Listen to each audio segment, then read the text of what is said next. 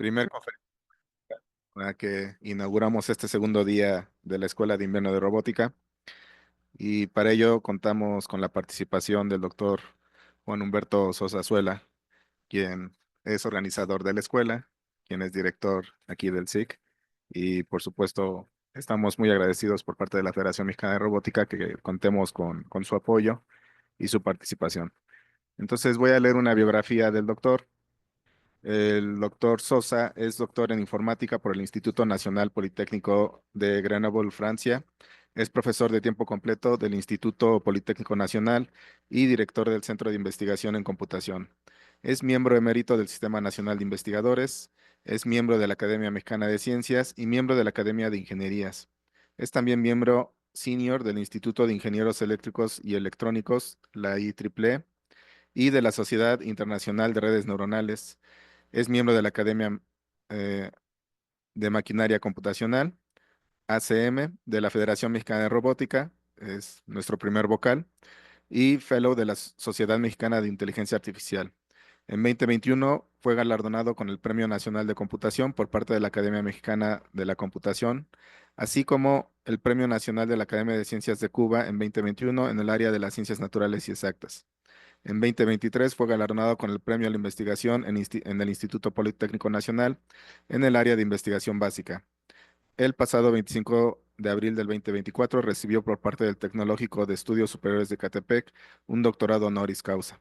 Es autor de 5 libros de texto, 13 patentes, 32 derechos de autor y más de 490 trabajos de congreso y revista. Ha impartido más de 540 pláticas por invitación y sus áreas de investigación son en inteligencia artificial, aprendizaje para máquinas, redes neuronales artificiales, análisis de imágenes, reconocimiento de patrones, robótica y metaversos. Entonces, sin más, creo que es evidente que tenemos con nosotros, pues, a un científico mexicano de excelencia. Gracias, doctor. Adelante.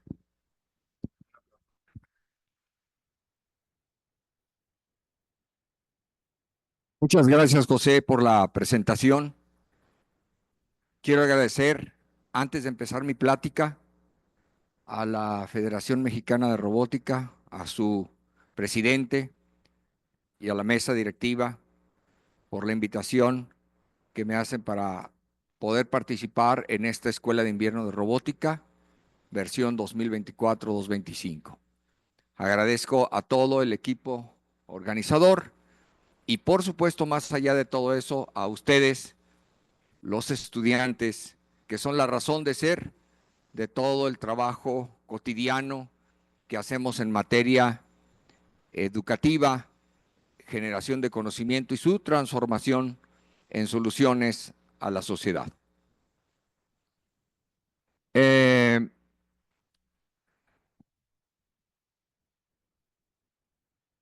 Ahí creo que se me puede poner eso, ahora sí.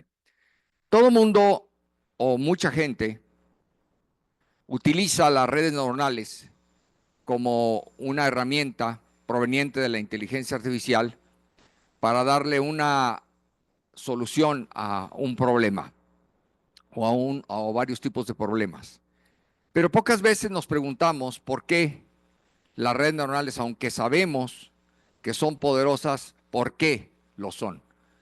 ¿Por qué nosotros podemos decir que un Lamborghini es mucho más poderoso que un Volkswagen? Hay razones físicas y matemáticas por las cuales podemos decir eso. Y las redes neuronales como herramienta de procesamiento no es la excepción. Otra vez se me fue esto. Ahí le encargo. Hay algo que no me está. Ok, entonces el contenido de la introducción va a tener 3 partes. Después de una introducción vamos a ver algunos conceptos relacionados con las redes neuronales artificiales y finalmente vamos a responder a esta pregunta. ¿Por qué esta herramienta es tan poderosa? No, mire, no me está queriendo responder. Ajá. A ver, vamos a ver si con este sí responde. Ok, entonces a manera de introducción. Vamos a ver una serie de videos. Aquí yo le voy a dar, nada más para que vean rápidamente. Son unos videos muy simples. Ahí tenemos un par de robots intentando jugar al fútbol, utilizando técnicas clásicas de visión por computadora y algunas técnicas más de la inteligencia artificial. Aquí tenemos otro video. Esta es una de las últimas versiones del Optimus Generación 2 de Tesla, que ya sabemos, ¿verdad? Es un robot muy controversial. Sin embargo, ya está operacional y este robot, por ejemplo, pues es capaz de tomar un trozo de tela, de manipularlo, en este caso una camiseta, y de poder realizar tareas de doblado como esta. Aquí tenemos otro video. Es el mismo robot que puede observar sus manos, calibrarse, utilizando la visión, y después hacer tareas diversas de manipulación, como son, por ejemplo, el manipular objetos de colores con precisión, poniendo los objetos azules en la charola azul, tomando los objetos verdes y poniéndolos en la amarilla. Después puede venir una persona, puede ocasionar ruido a la tarea y el robot es capaz de responder a las perturbaciones y hacerlo con bastante precisión. Aquí tenemos otro robot. Este está impulsado por la OpenAI y en algunas situaciones es capaz de ridiculizar al Optimus de Tesla. Por ejemplo, este puede interactuar con lenguaje natural. La persona que está ahí, a un lado de él, le va a decir, ¿qué ves? Ahí no se alcanza a escuchar, pero el robot está hablando y le está diciendo que ve. Veo esto, veo esto, veo esto, y veo que tienes la mano sobre el escritorio. Y le dice, dame algo de comer. Y entonces el robot, de todo lo que está ahí, le da precisamente aquello que es de comer, que en este caso es la manzana. Aquí tenemos otro. Este es el robot de Atlas, que es capaz de aprender de sus errores, tomando objetos y luego manipulándolos y llevarlos y ponerlos, por ejemplo, en la plataforma de slots verticales que se encuentran así. Y así tenemos más ejemplos. Vean este otro. Este es, estos son los Figure, que son robots que están utilizándose en las fábricas ensambladoras. Por ejemplo, en BMW ya los utilizan. También los usa Dogfen Motor para poder auxiliar a los seres humanos en tareas de manipulación e incluso de ensamble a velocidades, a eficiencias que superan al ser humano por mucho en tareas de precisión, en tareas de rapidez, en tareas de fuerza. Y finalmente otro video en donde vemos a un vehículo, un prototipo de vehículo autónomo que es probado ya en algunas ciudades, por ejemplo, en la India, y que puede realizar tareas de movimiento bastante complejas, como son la de no chocar, evadir, mantenerse en su carril, no atropellar, y incluso lo está haciendo combinado con seres humanos. Bueno, es todo lo que voy a mostrar como videos, traigo muchos más. Pero vamos a ver que hay algo común en todos estos robots. Es que dentro de cada uno de ellos hay un cerebro, entre comillas, en la forma de una red neuronal. En todos ellos, en casi todos los que ustedes ven. Eh, Vamos a decir que las redes neuronales artificiales, que son las máquinas, ¿verdad?, que tienen este tipo de robots, surgen, por supuesto, con una aproximación muy vaga de lo que es un cerebro biológico. No podemos decir para nada que son lo mismo, sino que intentan de alguna manera replicar a esa máquina biológica con la cual contamos todos. ¿Dónde encontramos cerebros en la naturaleza? Bueno, nosotros encontramos cerebros en la naturaleza, por ejemplo, en los animales, desde los insectos hasta los seres humanos. Ahí vamos a encontrar cerebros de diferentes tamaños, de diferentes complejidades, desde cerebros que tienen 302 neuronas hasta cerebros que tienen 86 mil millones de neuronas. No encontramos cerebros en las plantas, curiosamente, ¿verdad? Encontramos cerebros en los animales, pero no encontramos cerebros en las plantas. Y hay una razón muy simple, se dice, del por qué. Bueno, porque los animales necesitan moverse y desarrollar tareas complejas, como son, por ejemplo, el cazar, el encontrar pareja y aparearse, el realizar transacciones diversas. Entonces, por eso es que este tipo de seres vivos tienen cerebros, mientras que las plantas no. Hablemos un poquito solamente acerca de lo que es el cerebro. Bueno, el cerebro, como ustedes ven en esta lámina, es una masa de tejido nervioso de unos 1.200 centímetros cúbicos, algo así como esto, y unos 1.400 gramos. Quiere decir que si aquí hay una persona que pese 70 kilos, ese 2% de lo que ella es su cerebro. Todo el otro 98% es todo el resto de células que componen nuestro cuerpo, más bacterias y virus, que todos tenemos, ¿eh? Nadie crea que no tiene bacterias y virus. Todos tenemos una gran cantidad de bacterias y virus junto con nuestras células que nos hacen lo que somos. Y el 2% es nuestro cerebro.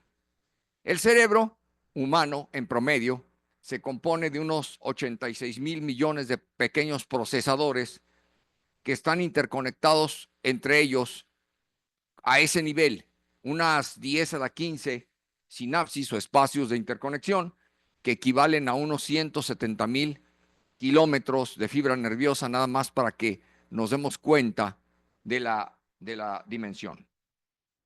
Bueno, pasemos a la parte de conceptos básicos. Ya terminé la introducción.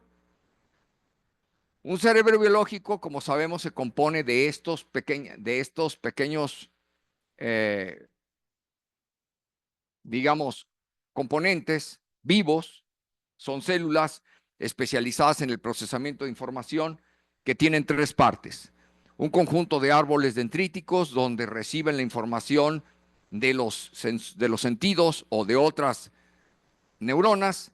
Un cuerpo celular que es el que tiene cualquier célula donde está la parte nucleica y demás, pero que también en este caso procesa información, y aquí en lo que se conoce el cabezal del axón, eh, eh, probablemente se emita, ¿verdad?, un pulso o un tren de pulsos que circulan a lo largo del eje o axón hasta las terminales o botones axonales y que pasan a través de las sinapsis al siguiente grupo de células. ¿Cuántas en promedio? Unas 10,000 en promedio aquí. O sea, cualquier neurona en el cerebro está conectada hacia atrás con unas 10,000 y hacia adelante con otras 10,000. Nada más vean el poder, el poder. Eso es lo que hace que un cerebro biológico sea tan poderoso. Bueno, al igual que en el caso de un cerebro biológico, la neurona artificial vendría a ser el ladrillo básico de procesamiento de una red neuronal artificial, en donde aquí representamos cada una de los procesadores o neuronas con estos círculos, en donde en la entrada tenemos N procesadores, en la capa oculta tenemos M procesadores y en la de salida tenemos uno solo, para este ejemplo tan sencillo. Computacionalmente, cualquiera de esas máquinas suele representarse como sigue o suele realizar la siguiente operación. Hay una parte lineal que es esta, en donde tenemos un vector de n entradas, un vector de pesos de n valores, más un vías. Estos al multiplicarse término a término, cada uno de ellos me van formando estos componentes y al final lo sumo para obtener como resultado un escalar, que, como ustedes pueden ver, es aplicado como argumento a la función de activación correspondiente de la célula para que ésta pueda producir la salida Y. Entonces, las redes neuronales de primera generación y de segunda generación utilizan esa máquina como ladrillo, y prácticamente todos los modelos de redes neuronales, desde el simple perceptrón hasta las máquinas más complejas de redes neuronales, hacen ese tipo de operaciones. La función de activación, de la cual ya hablamos, es la operación que lleva a cabo el mapeo de un vector de entrada hasta la salida a través de esta operación, que es una transformación. Entonces, el objetivo de esta función de activación es introducir una no linealidad a nivel local de la neurona, pero también un conjunto de no linealidades a nivel global de toda la red neuronal artificial. Sin estas no linealidades, toda vez que la neurona es una máquina lineal, la neurona o la red neuronal no podría hacer cosas interesantes, no podría aprender funciones no lineales. Esa es la razón por la cual introducimos una función de activación para introducir una no linealidad a cada una de las máquinas. Aquí tenemos un ejemplo muy sencillo de una arquitectura hacia adelante de una red neuronal con 3 capas, una capa, 2 capas, 3 capas, en donde podemos ver que la primera capa tiene S1 neuronas, la segunda tiene S2 neuronas y la tercera tiene S3 neuronas. El vector de entrada, el vector de números que están aquí, es alimentado en paralelo a todas estas máquinas, dando como resultado este vector de salida A1, el cual es alimentado como entrada a la segunda capa de procesadores y así sucesivamente hasta la última capa. Aquí yo tengo 3 capas, pero puedo tener las que yo quiera. En principio puedo tener desde una hasta las que yo quiera mientras sea numerable. Vean ustedes que entonces el resultado A3 es una función anidada de funciones que toman como entrada al principio el vector P. ¿Vale? Así lo podemos ver. Este es un ejemplo. Ahora, para que una red neuronal como esa sea útil, esta debe de ser entrenada. ¿Y esto qué quiere decir? Esto quiere decir que sus parámetros libres, o sea, los valores de interconexión aquí en la sinapsis entre neuronas de capa a capa deben de ser ajustados. En otras palabras, los pesos de interconexión entre neuronas de capa a capa deben de ser ajustados. Aquí tenemos nuestra red neuronal. El ajuste lo vamos a hacer ya sea en forma manual, usualmente lo hacemos en forma automática, mediante una regla de ajuste, por ejemplo, la regla de propagación hacia atrás, o una variante de ella, en donde, dado un conjunto de patrones de entrada, en donde cada uno de ellos me produce una salida, lo que vamos a hacer es coger este valor, compararlo con el valor deseado y en consecuencia vamos a tener un valor que es un error. Y la idea es utilizar este error mediante esa regla de adaptación para poder ajustar los parámetros de interconexión de la regla. Cuando aplicamos este proceso en forma iterada, vamos a buscar que este error vaya siendo cada vez más pequeño, no necesariamente cero, pero sí mínimo para lograr el ajuste correspondiente de los pesos.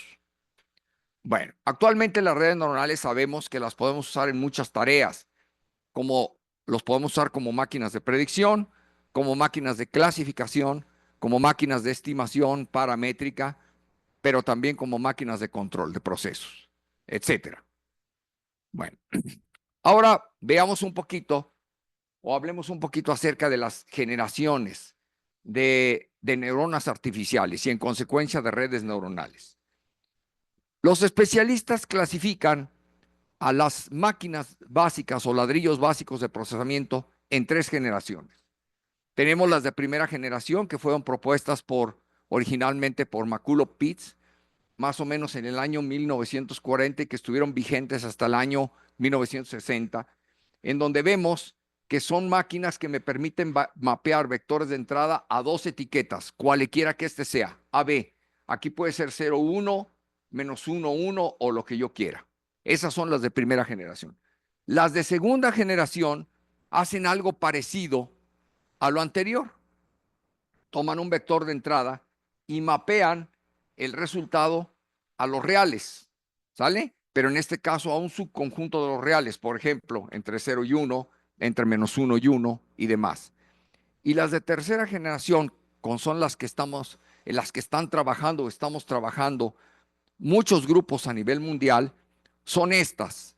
Son aquellas que toman como entrada patrones de pulsos espaciotemporales, espaciados aquí, fíjense, Como entrada, realizamos un conjunto de operaciones entre ellas, por ejemplo, cuál es la correlación que existe entre ellas, y al final tenemos un patrón de salida.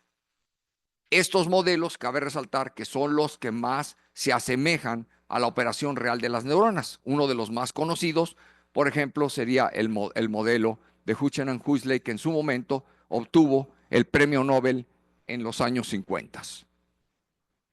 Ok, las neuronas de primera generación combinan operaciones. Dos, un producto punto, que es este que está aquí, entre dos vectores, y el resultado, que es este escalar, es introducido allá en la función de activación para obtener como salida un 0 y un 1, por ejemplo, o un -1 y un 1. Las de segunda generación realizan la misma operación de producto punto, toman el valor A, el escalar A, y lo sustituyen en una función continua. Y vamos a ver más adelante por qué la función tiene que ser continua. Además debe de ser diferenciable en todos sus puntos. Entonces la introducimos aquí y obtenemos un valor a manera de una probabilidad que está entre 0 y 1. O esta otra variante, que para ciertas aplicaciones es muy útil, que es, por ejemplo, la función tangente hiperbólica, que también, como ustedes ven, nos da como salida un valor entre -1 y 1 en este caso. Ok, las de tercera generación, y solo lo que voy a decir es que toman como entrada patrones espaciotemporales. Aquí no me importa el tamaño del pulso ni su forma, sino cuándo ocurre. Y lo que quiero ver es, por ejemplo, si en los tres ocurrió lo mismo. Puedo tomar en cuenta, por ejemplo, la frecuencia promedio que están, la correlación entre ellos, y obtener a la salida, por ejemplo, la frecuencia de disparo, la cual es muy útil para realizar operaciones de predicción, clasificación y demás. El producto punto, para los que no se acuerden, se vale del operador suma, que toma como argumentos elementos de dos vectores, W y X, los va multiplicando término a término para obtener el escalar A, el cual será sustituido más adelante en la función de activación como argumento. El valor de A sabemos que matemáticamente puede tomar tres valores, o puede ser positivo, puede ser cero o negativo. Dentro de una red neuronal a nivel local, eso es lo que está ocurriendo. Estamos obteniendo como resultados valores negativos, ceros o positivos. La salida de la neurona se obtiene al sustituir el valor de A dentro de la función de activación, por ejemplo, la función sigmoidea, y a la salida se tendrá un valor, como ya dijimos, entre 0 y 1. Entonces, todo eso es lo que hay dentro de una red neuronal en lo general. Ahora, con base en todos estos, nos podemos plantear la siguiente pregunta. ¿Por qué, siendo esas máquinas tan sencillas, observamos que son una herramienta tan poderosa? O sea, ¿por qué un conjunto de máquinas lineales acomodadas entre ellas, conectadas entre ellas, me pueden resolver problemas muy complejos? Por ejemplo, decir que en una fotografía hay un perro, hay un gato, o está la persona, la cara de Pepe, o lo que ustedes quieran, o hay un árbol. O por qué me puede predecir en un video también lo que estamos viendo tiempo con tiempo. Bueno, en este artículo que yo tomé de aquí, de este link, de mayo 27 de 2020, más otro material, les voy a tratar de explicar la razón. Bueno, las redes neuronales artificiales se sabe y se reconoce que son muy poderosas y pueden ser usadas en la solución de casi cualquier problema de aprendizaje estadístico, pero además con muy buenos resultados. ¿Por qué este método es más poderoso en la mayoría de los escenarios que otros algoritmos? Y casi todo mundo, en los que llegamos a trabajar en aprendizaje para máquinas, al principio trabajábamos con máquinas bayesianas, con máquinas de vector soporte, etcétera, etcétera, etcétera, etcétera, con árboles de decisión. Y ahora, si ustedes ven, casi todo mundo utiliza una red neuronal para una tarea.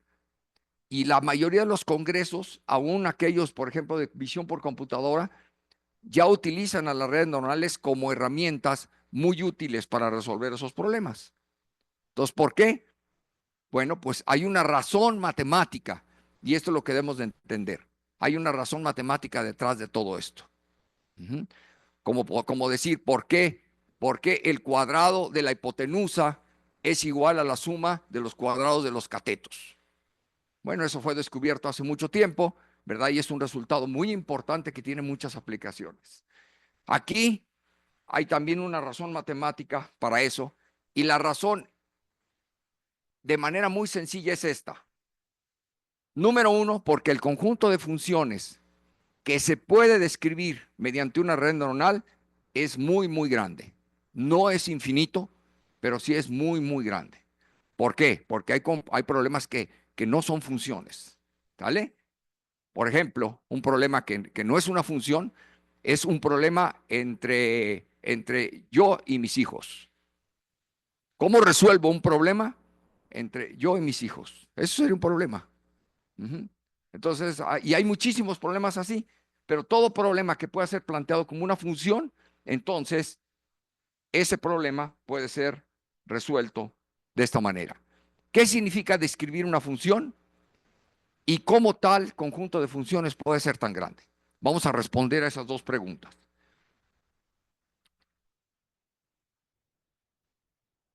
El aprendizaje para máquinas, que es la base de todo esto, es el motor de la inteligencia artificial, lo vamos a ver como un problema de aproximación de funciones.